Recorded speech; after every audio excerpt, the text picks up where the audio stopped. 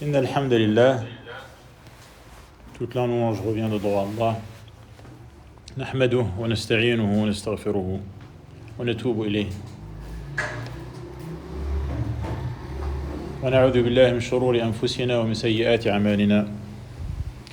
On demande donc à Allah, après avoir exprimé toutes les belles paroles, tous les compliments qui lui reviennent de droit, vu ses noms sublimes et vu ses qualités de perfection, nous lui demandons donc l'aide et le pardon. On retrouve cela dans Surat al-Fatiha. Iyyaka na'budu wa iyyaka nasta'in. Sans l'aide d'Allah, personne ne peut adorer Allah. Et il a besoin, cet esclave dépendant, bourré de défauts, criblé d'imperfections, de l'aide d'Allah subhanahu wa ta'ala pour réaliser ce qui est dans son intérêt et se débarrasser de ce qui lui nuit, notamment les péchés. Ista'inu wa nastaghfiruh wa na'udhu billahi min shururi anfusina. On demande à Allah qui nous mette à l'abri, qui nous préserve du mal de nos propres personnes. Inna an-nafsa la'ammaratun bis-su' wa min sayyiati a'malina. Et du mal, des retombées négatives, des conséquences désastreuses de nos propres péchés. L'être humain ne doit pas penser que les péchés passent incognito, ni vu ni connu, et que tout se passera bien. Non, les péchés ont des suites macabres, dangereuses. Il faut donc à chaque instant demander pardon à Allah subhanahu wa ta'ala, le prophète sallam, demander pardon des dizaines de fois par jour, sallallahu alayhi wa sallam, alors qu'Allah lui a pardonné ses péchés. وأشهد أن لا إله إلا الله وحده لا شريك له. Et je témoigne que seul Allah mérite d'être adoré. Et c'est le témoignage le plus grandiose. C'est un témoignage qu'Allah lui-même a fait, ainsi que la crème et l'élite de sa créature, tels que les anges et les savants. شهد الله أنه لا إله إلا هو والملائكة وأولو العلم قائما بالقسط وأشهد أن محمدا عبده ورسوله. Et je témoigne que Muhammad est son esclave et son messager. C'est son esclave, et l'esclave n'est jamais adoré et ne pourra jamais mériter d'être adoré. فهو عبد لا يعبد. Il est cependant l'homme qui a atteint le plus haut degré qu'un être humain puisse atteindre, qui est d'être le messager d'Allah et même le meilleur des messagers. فهو رسول لا يكذب وهو الصادق المصدوق. Tout ce qu'il dit est vrai. Personne n'a jamais entendu de sa noble bouche ne serait-ce que un demi-mensonge. Sallallahu alayhi wa sallam. À lui éloge et salut. أما بعد فمرحبا بكم جميعا. Bienvenue à tous. نشكر الله سبحانه وتعالى ونشكر كل من يعين على نشر هذا الدين وعلى رأسهم ولي الأمر في هذا البلد ومن يعينه ومن يقوم على هذا المركز ويجتهد في أن يكون منبعا للنور وأن يكون كاسمه مركز إصلاح، كما قال شعيب خطيب الأنبياء: ذلكم الرسول لقومه إن أريد إلا الإصلاح ما استطعت. C'est le résumé du message des messagers, notamment Shu'aib, qui a été surnommé l'éloquent parmi les prophètes, vu les échanges qu'il y a eu entre lui et son peuple, dans lesquelles s'est manifestée sa capacité extraordinaire à pouvoir répondre aux questions et à pouvoir exceller dans le débat et les questions-réponses. Et il leur a dit, en résumant son but, la seule chose que je cherche à réaliser, en vérité, c'est d'améliorer la situation, de réparer ce qu'il est possible de réparer. En reconnaissant sa faiblesse, car il dit, mastata'at, dans la mesure du possible. Et en sachant que ça ne peut venir que d'Allah. وَمَا تَوْفِيقِي إِلَّا بِاللَّهِ لَا حَوْلَ وَلَا قُوَّةَ إِلَّا بِاللَّهِ. Et on espère que le centre Al-Islah s'inscrira dans cette direction, continuera à s'inscrire dans cette direction. ومن طريف ما يذكر في هذا المقام,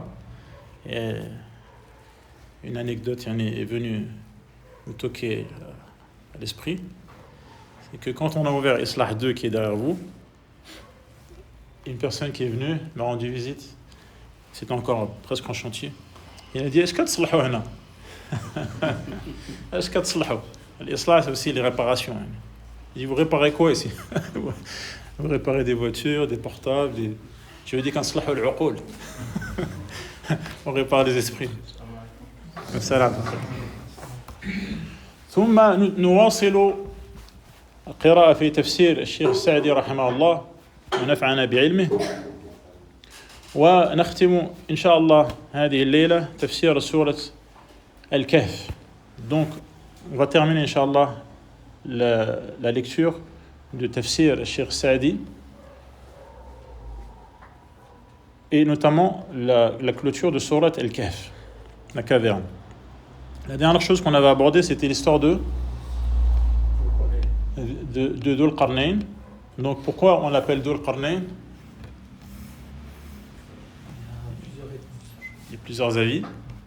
Et pour résumer, l'avis le plus juste, qui semble être le plus juste,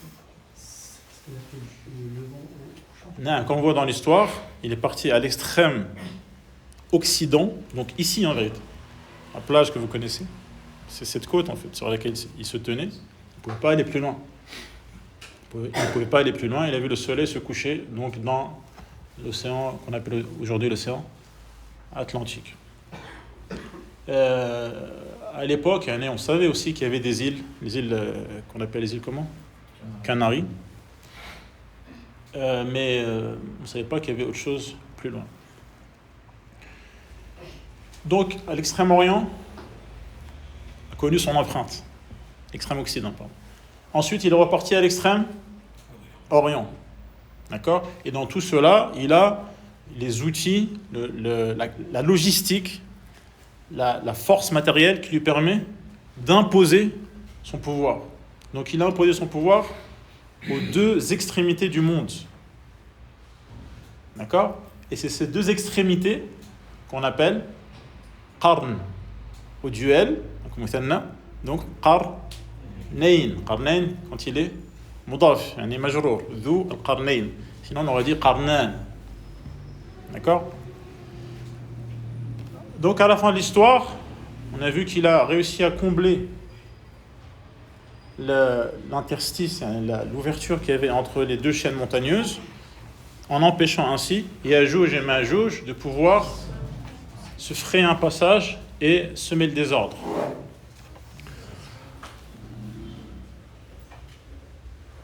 Ensuite,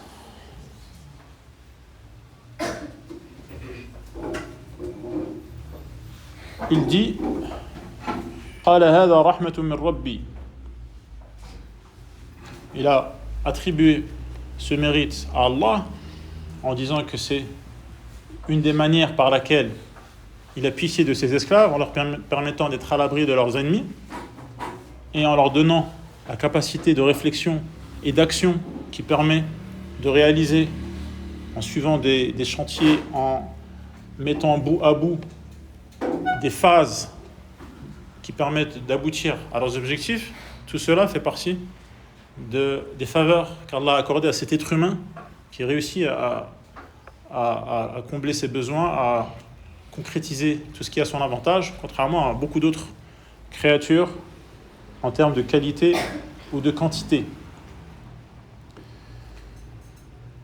Ensuite, il rappelle que cela est temporaire, même si le chef-d'œuvre est magnifique, cependant il est temporaire car cette vie elle-même va connaître une fin. نعم فإذا جاء وعد ربي جعله دكا دكا كان تنوين دكا dans l'autre lecture qu'on connaît ici au Maghreb دكا donc celle qui est connue au Maghreb et l'autre lecture Hafs دكا c'est-à-dire que ce mur, vous savez qu'à la fin du monde il y a un tremblement de terre général et gigantesque qui fait que les constructions seront détruites et la terre sera aplanie. قاعا صفصفا لا ترى فيها عوجا ولا أمتا. Il n'y a pas de dénivelé, tout est à plat. Donc ce mur, cet édifice sera réduit à plat. وكان وعد ربي حقا. Cette promesse que ce monde n'est que un moment vaporeux, fugace, insaisissable, qui va finir par disparaître, n'est que le lieu où les gens sont mis à l'épreuve. Et cette épreuve a un sens. C'est pour ceux-là qui seront jugés et récompensés et punis. Il n'y a rien d'absurde. Et donc cette promesse doit inéluctablement se réaliser. Il n'y a pas d'échappatoire à cela. Et Allah tient ses promesses. Et ce jour-là, le jour de la résurrection, et donc Ya'juj et Ma'juj, parmi les signes de la fin des temps, ils vont déferler en un mouvement de foule, où il y aura donc une espèce de bousculade et des mouvements de vagues, tellement leur nombre sera impressionnant. Donc c'est là qu'on est arrivé, n'est-ce pas?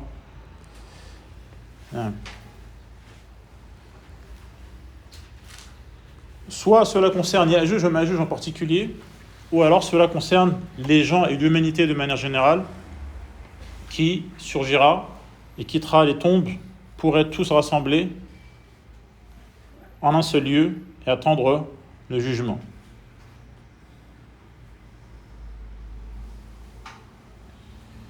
قال تعالى وتركنا بعضهم يومئذ يموج في بعض ونفخ في الصور فجمعناهم جمعا. L'ange aura l'ordre de souffler dans la trompe, le corps, si bien que les âmes, chaque âme regagnera son corps. Et il y aura la résurrection, donc la vie après la mort. Et le rassemblement où les gens seront tous réunis en un seul endroit. Jahannam, l'enfer, sera présenté aux mécréants. Quel est ce qui caractérise ces rebelles? الذين كانت أعينهم في غطاء عن ذكري. Il y avait un voile qui empêchait leurs yeux de voir ce qui était dans leurs intérêts. Notamment, le rappel qu'Allah leur a envoyé, qui accompagnait les prophètes, qui était le contenu de ces livres. Ils avaient des yeux, ils avaient une faculté de voir. Cependant, cette faculté n'a pas été utilisée à bon escient. Et n'ont pas vu ce qu'il fallait voir. Il y avait donc un obstacle entre leurs yeux qui les mettait à distance et les tenait à l'écart de ce qu'ils auraient dû voir, notamment ce qui leur aurait permis de se rappeler ce qui est dans leur intérêt, à savoir notamment qu'ils ont été créés pour adorer Allah. Et il en est de même pour leur oui, où ils n'ont pas entendu, n'ont pas vu les signes et n'ont pas entendu le rappel venant de la part de leur Seigneur. Ils étaient incapables d'entendre ce qui était dans leur intérêt. Et إذا نفخ إسرافيل في الصور, Israfil c'est donc l'ange qui aura pour tâche, pour fonction de souffler dans الصور, la trompe, le corps, C-O-R. أعاد الله الأرواح إلى الأجساد ثم حشرهم وجمعهم لموقف القيامة الأولين منهم والآخرين والكافرين والمؤمنين ليسألوا ويحاسبوا ويجزوا بأعمالهم فأما الكافرون على اختلافهم فإن جهنم جزاؤهم خالدين فيها أبدا. Et donc, ce sera le moment où chacun va recevoir ce qu'il mérite. Quant aux mécréants, quelle que soit leur catégorie, car elles sont nombreuses, cependant, ils se retrouveront tous dans le même lieu, qui est Jahannam, un des noms de l'enfer. Et ils y resteront à perpétuité. أبدا ولهذا قال وعرضنا جهنم يومئذ للكافرين عرضا كما قال تعالى وإذا الجحيم سعرت أي عرضت لهم. Comme cela rejoint l'autre verset, sur la Takwir, l'enfer leur est présenté pour qu'il leur serve de refuge final, de lieu éternel. مأواهم ومنزلهم وليتمتعوا بأغلالها وسعيرها, et pour qu'ils goûtent les joies des chaînes de l'enfer, وسعيرها, et de ses flammes, وحميمها وزمهريرها, et de son châtiment qui est à la fois une chaleur intense et un froid glacial, الزمهرير. وليذوقوا من العقاب ما تبكم له القلوب وتصم الآذان. Et ils goûteront un châtiment qui rendra leur cœur muet et leurs oreilles sourdes. وهذا آثار أعمالهم وجزاء أفعالهم. Ils n'ont en aucun cas été victimes d'une injustice. Ce ne sont que les conséquences de leurs actes, comme on a dit dans l'introduction. وجزاء أفعالهم, la rétribution correspondant à ce qu'ils avaient fait. Rien de plus. فإنهم في الدنيا كانت أعينهم في غطاء عن ذكر الله أي معرضين عن الذكر الحكيم. Ils ne pouvaient pas voir le rappel d'Allah, car eux-mêmes, en vérité, se détournaient de ce rappel et lui tournaient le dos. De ce rappel parfaitement agencé, organisé, présenté, al-Hakim, dans le sens de muhkam, ou al-Qur'an al-Karim, notamment, donc c'est ce qu'on appelle en arabe dhikr al-khas ba'd al-'am. Il est question d'un sujet général qui englobe plusieurs aspects, plusieurs points, et parmi ces points, il y en a un qui est particulièrement intéressant et qui est recité une deuxième fois, bien qu'il ait été cité une première fois. Al-Dhikr al-Hakim, ça inclut le Coran, bien entendu. Et il dit ensuite Wal Qur'an al-Karim, qui faisait partie du dhikr, mais qui est le dhikr le plus éclatant, le plus évident, qui est Al-Qur'an al-Karim, le noble Qur'an, la parole d'Allah. وقالوا قلوبنا في أكنة مما تدعونا إليه, dans l'autre verset, sur le Fussilat, ils disent que leurs cœurs sont enveloppés, ils sont imperméables. في أكنة, al-kin, c'est comme une boîte pour prendre soin de quelque chose, d'accord, pour protéger quelque chose. Et donc leurs cœurs, ils sont dans une espèce de carapace, si bien que le rappel qui leur est utile ne parvient pas jusqu'à leur cœur. قلوبنا في أكنة مما تدعون إليه وفي أعينهم أغطية تمنعهم من رؤية آيات الله النافعة كما قال تعالى وعلى أبصيرهم غشاوة وكانوا لا يستطيعون السمع أي لا يقدرون على سمع آيات الله الموصلة إلى الإيمان.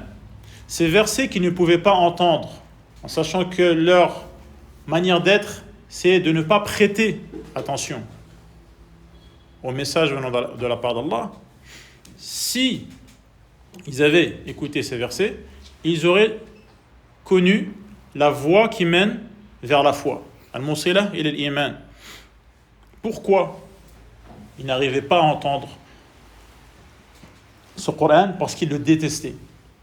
Les bourdihim al-Qur'an wa al-Rasoul. Il détestait le Coran, il détestait le prophète, sallallahu alayhi wa sallam.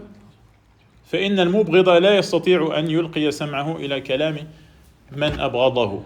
Le mubghid, celui qui a la haine, n'est pas disposé à écouter celui qu'il déteste. Il ne peut pas. C'est impossible. Donc la haine qui habitait leur cœur a été l'obstacle qui les empêchait d'utiliser les organes qui étaient pourtant à disposition. Écouter, voir. Mais cela a été désactivé. À cause de quoi? De la haine qui était en train de bouillir dans leur cœur contre le prophète et contre le Coran. Sallallahu alayhi wa sallam. فإذا انحجبت عنهم طرق العلم والخير. Il y a donc un obstacle central qui est la haine. Donc, leurs facultés sont désactivées. Ils sont donc empêchés d'avoir accès aux informations, à la science, aux signes qui aboutissent au bien, notamment la foi. Donc, فَلَيْسَ لَهُمْ سَمْعٌ وَلَا بَصَرٌ وَلَا عَقْلٌ نَافِعٌ. Ils n'ont donc, finalement, le résultat c'est quoi? C'est qu'ils n'ont pas d'ouïe en vérité. Ils n'ont pas de vue en vérité. Et ils n'ont pas une faculté de raisonner en vérité. C'est ça le résultat. فَقَدْ كَفَرُوا بِاللَّهِ وَجَحَدُوا آيَاتِهِ. C'est donc ce qui est le propre de ceux qui renient Allah, qui sont dans le déni des signes évidents sous leurs yeux. Ceux qui traitent les prophètes, on l'a dit dans l'introduction, que les prophètes ne mentent pas. C'est connu dans l'histoire de l'humanité. Pourtant, eux traitent les gens les plus sincères et les plus véridiques de menteurs. كَذَّبُوا رُسُلَهُ فَاسْتَحَقُّوا جَهَنَّمَ. Soit ils traitent tous les prophètes de menteurs, soit ils traitent leurs prophètes de menteurs, ce qui revient à traiter tous les prophètes de menteurs. Comme Allah subhanahu wa ta'ala dit, كَذَّبَتْ قَوْمُ نُوحٍ الْمُرْسَلِينَ. Alors que c'est le premier Rasoul après l'apparition du shirk. فَاسْتَحَقُّوا جَهَنَّمَ. Quel est donc ce qu'ils méritent une fois que ce tableau est dressé?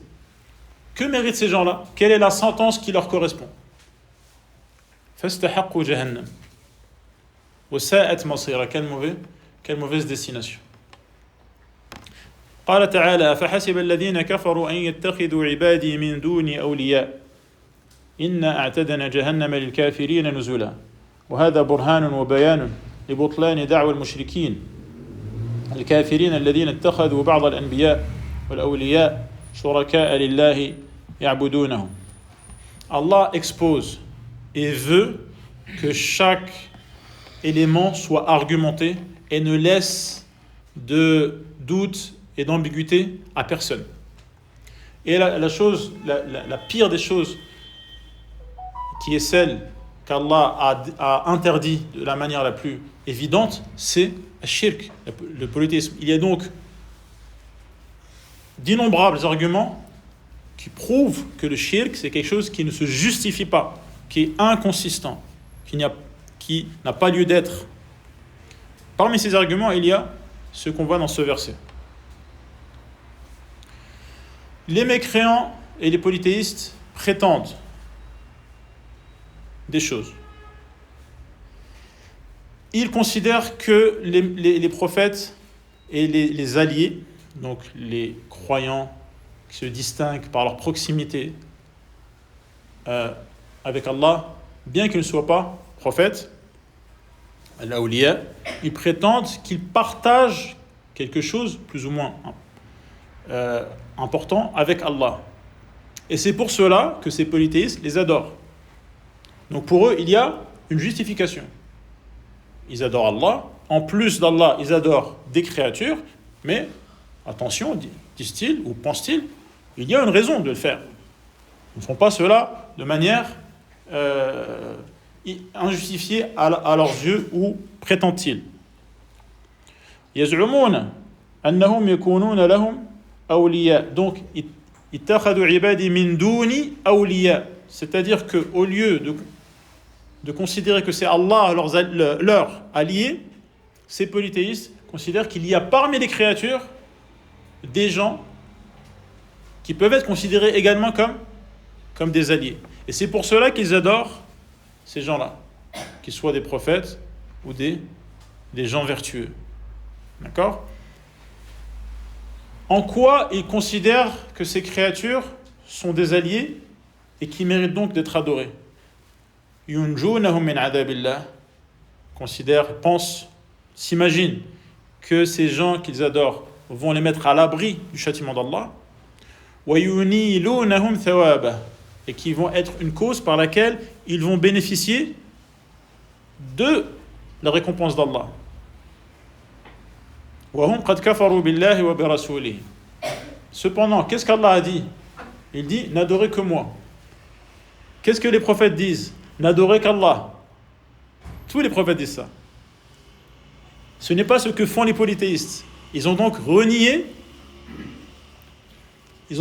qui ? Ils ont renié Allah et ses prophètes, mais adorent des créatures en disant que cela va leur être utile pour avoir la récompense d'Allah, qu'ils ont eux-mêmes renié par leur polythéisme. Vous voyez l'inconsistance de la boucle. وهم قد كفروا بالله وبرسوله يقول الله لهم على وجه الاستفهام والإنكار المتقرر. Donc Allah, parmi les moyens de convaincre ces créatures, il y a des questions qu'il leur pose, afin qu'ils se remettent en question. Et c'est le cas dans ce verset. Afa hasiba. Le A ici au début, la hamza, c'est hamza, comment on l'appelle ? Cette hamza, istifham, c'est une interrogation.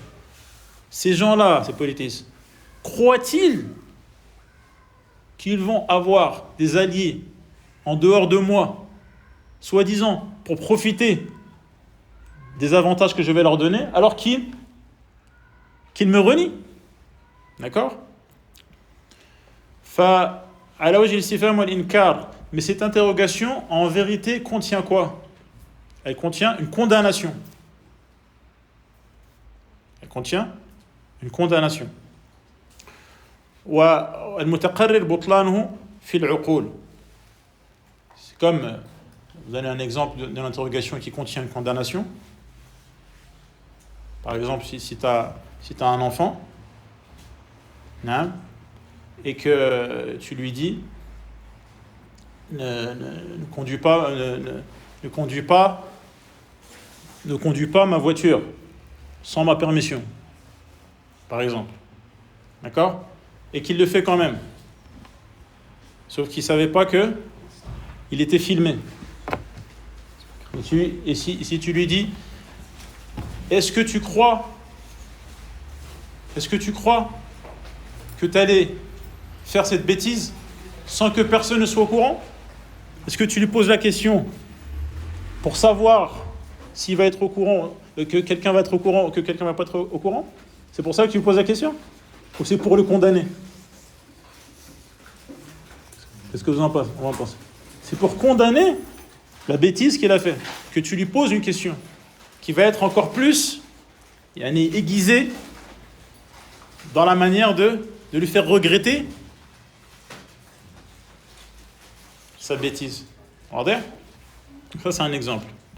فهذا استفهام إنكاري متقرر بطلانه في العقول. C'est-à-dire que c'est une évidence dans les esprits que ça ne tient pas la route de désobéir à Allah pour avoir la récompense d'Allah.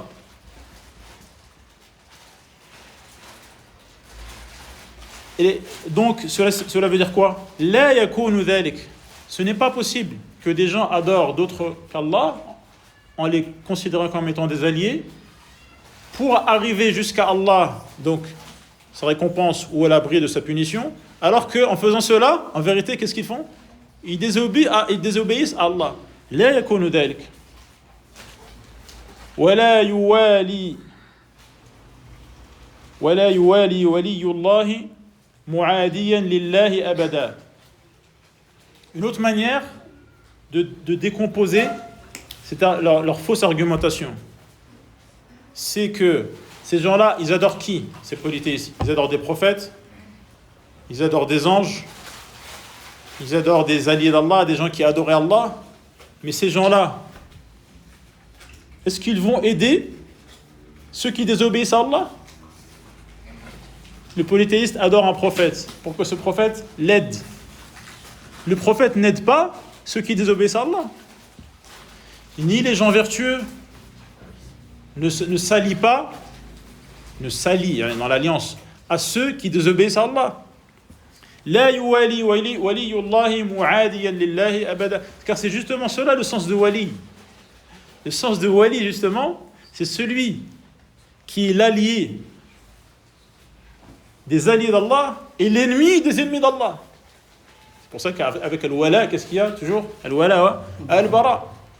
Donc si ce polythéiste adore quelqu'un d'autre qu'Allah, si c'est un homme vertueux comme un prophète, ou ceux qui suivent les prophètes, justement, ça va être une cause pour qu'il soit son ennemi, et non pas pour qu'il soit son ami.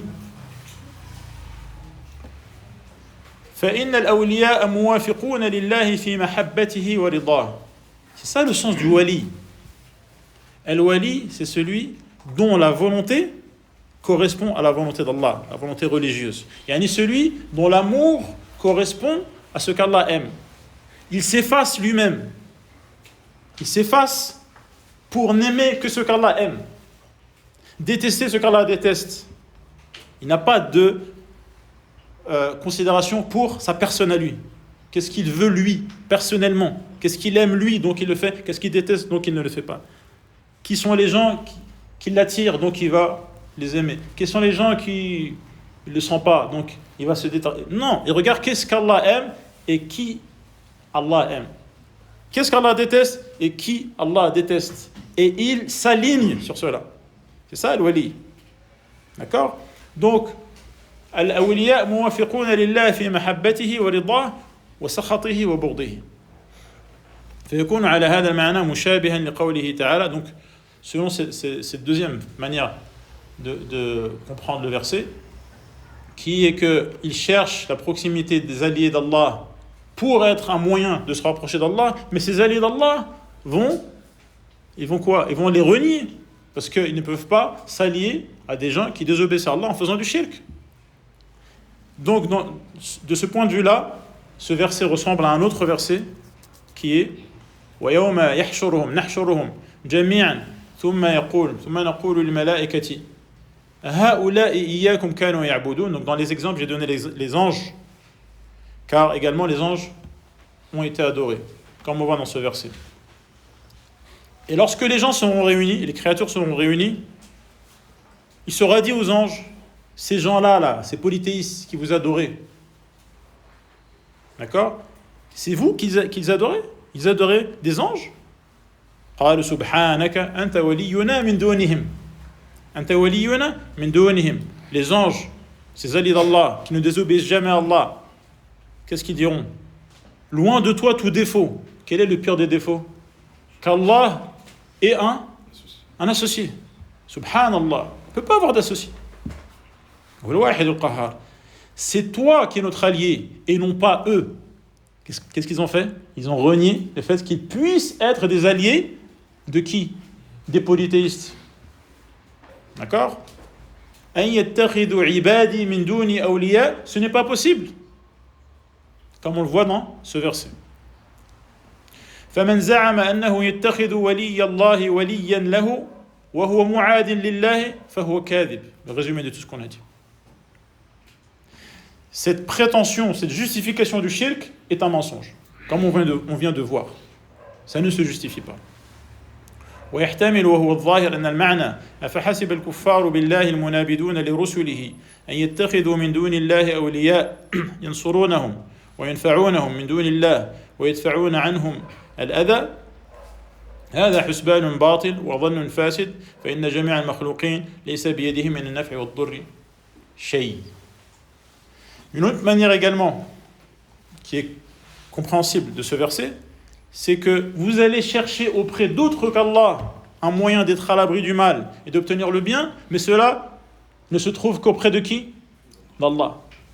Quant aux autres, ils ne possèdent en vérité rien. Donc pourquoi vous allez dans leur direction, en les adorant? Une autre manière de démolir le polythéisme. Et selon cette manière de comprendre le verset, cet angle, cela ressemble à un autre verset qui est Za'amtum, encore une fois. Ces polythéistes prétendent, ils argumentent. L'argumentation en elle-même ne tient pas la route, mais ils la présentent comme étant donc une espèce de cache défaut. Appelez-les, adorez-les. Ad-du'a, donc ça peut être le fait de les appeler, dans le sens d'invocation, ça peut être dans le sens de du'a al-ibada, d'adoration de manière générale. Ceux que vous prétendez en dehors d'Allah, فَلَا يَمْلِكُونَ كَشْفَ الضُّرِّ عَنْكُمْ وَلَا تَحْوِيلًا. Que possèdent-ils en vérité? Vous les adorez, mais qu'est-ce qu'ils possèdent en vérité? Ils ne possèdent pas la capacité. On ne parle même pas de ce qu'ils vont le faire ou non. Ils sont incapables de le faire, même s'ils souhaitaient le faire. لا يملكون كشف الضر عنكم. Le fait même d'être capable de vous débarrasser de votre mal, cette capacité n'existe pas. ولا تحويلا. Ils ne peuvent pas vous débarrasser du mal, ni même déplacer ce mal d'un lieu à un autre, d'un endroit à un autre. ولا تحويلا. ولا يملك, dans l'autre verset, ولا يملك الذين يدعون من دونه الشفاعة. Dans les manières d'être utile, il y a différents degrés. Le degré le plus bas, c'est de pouvoir intervenir. Quelqu'un ne peut pas te débarrasser de la galère dans laquelle tu es. Il n'a pas l'argent qu'il faut avoir pour régler la situation. Il n'a pas le pouvoir administratif, politique ou autre de le faire lui-même. Ou d'ordonner quelqu'un, il n'a pas le pouvoir d'ordonner quelqu'un de le faire. Mais au moins, la moindre des choses dans lesquelles il pourrait être utile, c'est quoi? C'est d'intervenir. De pouvoir passer un coup de fil à quelqu'un, de pouvoir attendrir le cœur de quelqu'un, de dire s'il te plaît, fais-le pour moi. Ce qu'on appelle shafa'a. Intervenir dans l'intérêt, auprès de quelqu'un, dans l'intérêt de quelqu'un d'autre. D'accord? Même cela, il ne le possède pas. Comme Allah subhanahu wa ta'ala dit, وَلَا يَمْلِكُ الَّذِينَ يَدْعُونَ مِن دُونِهِ الشَّفَاعَةَ. Cette shafa'a, qui est le simple fait d'intervenir, même ce degré, le minimum, ils n'ont même pas ce seuil minimum d'être utile et d'être à ton avantage et dans ton intérêt. Non. وَنَحْوُ ذَلِكَ مِنَ الْآيَاتِ. Et d'autres versets dans le même sens. Comme Allah dit, par exemple, dans l'autre verset, قُلْ لِلَّهِ الشَّفَاعَةُ جَمِيعًا. Lillah, c'est Allah qui la possède. Jami'an. Donc, personne d'autre que lui, c'est Allah qui donne la permission à qui il veut, pour montrer son mérite, d'intervenir auprès de lui. Personne ne peut intervenir comme ça de son propre chef. Donc, en fait, toutes les voies qui pourraient mener au shirk sont condamnées par l'islam. Comme on l'a vu dans ces textes. ونحو ذلك من الآيات التي يذكر الله فيها أن المتخذ من دونه وليا ينصره ويواليه ضال. Donc tous ces gens et polythéistes, quelle que soit leur manière de justifier leur polythéisme, font fausse route. C'est le sens de ad-dalal.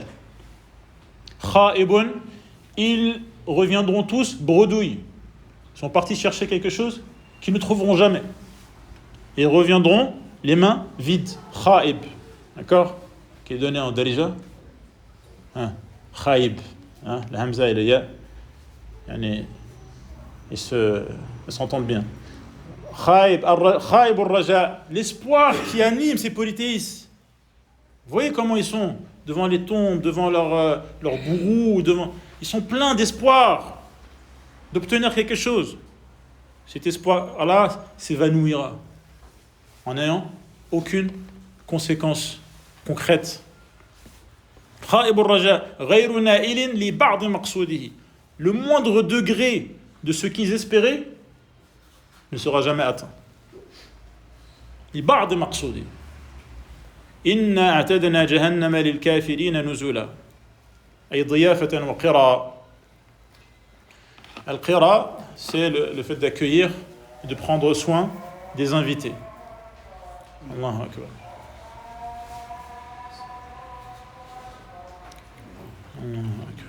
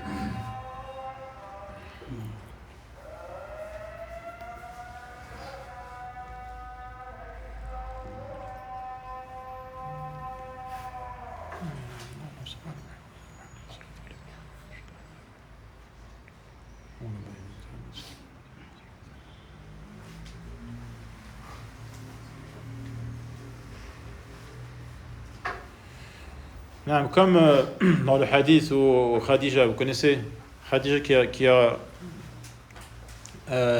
a raffermi et rassuré le prophète sallallahu alayhi wa sallam lorsqu'il est revenu de la grotte de Hira après avoir entendu le premier verset.